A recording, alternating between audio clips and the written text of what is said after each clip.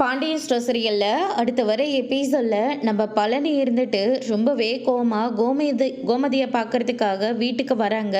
மறுபடியும் எதுக்காக இந்த வீட்டுக்கு வந்தேன்னு சொல்லிட்டு கோமதி வந்து கேட்கவும், ஒன்று நான் இந்த வீட்டுக்கு ஆசைப்பட்ட வர கிடையாது, எனக்கு கடை வச்சு கொடுத்ததுக்காக எதுக்காக நீ ஆத்தவை இப்படியெல்லாம் பேசிட்டு போயிருக்க அப்படின்னு சொல்லிட்டு பழனி வந்து கேட்கவும், அவங்க தூண்டி விட்டு தானே நீ உன்னையும் என்னையும் பிரித்து விட்டுட்டாங்க அப்படின்னு சொல்லிட்டு நம்ம கோமதி வந்து சொல்லிக்கிட்டு இருக்காங்க. அவங்க ஒன்று என்னை பிரித்து விடலைக்கா, நீங்கள் எல்லாரும் சேர்ந்து தான் என்னை பிரித்து விட்டுட்டீங்க.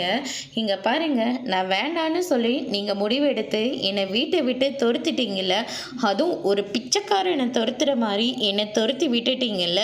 இனிமே உங்களுக்கும் எனக்கும் எந்த ஒரு சம்மந்தமும் கிடையாது.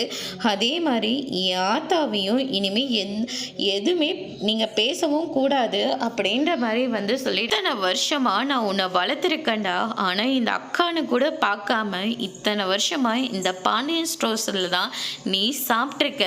அந்த சாப்பாட்டு கூட கொஞ்சம் நன்றி இல்லாமல் இப்படி ஒரு காரியத்தை நீங்கள் எல்லாருமே சேர்ந்து பண்ணியிருக்கீங்கல்ல.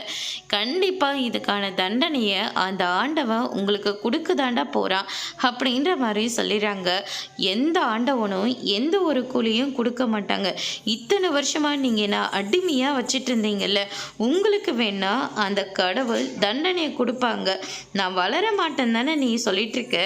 கண்டிப்பாக இந்த மளிகை ஸ்டோரை நான் பெரிய அளவுக்கு மாற்றி பழனி வந்து சவால் விடுறாங்க. அதோடு இன்னைக்கான பிரம முடிச்சிருக்காங்க.